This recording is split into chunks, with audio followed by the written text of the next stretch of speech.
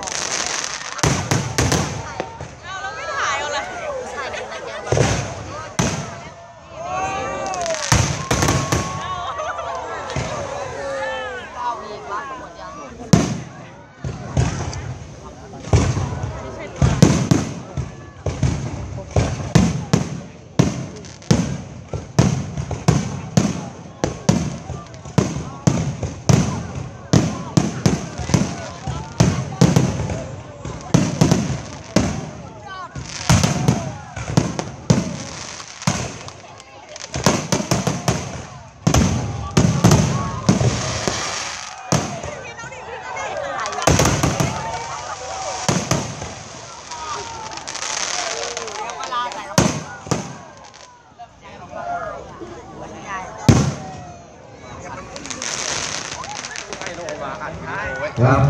เลยครับขอบคุณนะครับเจ้าพนักงานเสียงบุญก็ปีหน้าเราคงมาพบกันอีกนะครับเป็นพันธะทางใจนะครับก็ไม่รู้อาหารอะไรเดี๋ยวจะมีใครมีการแสดงมีนักร้องอะไรนะครับ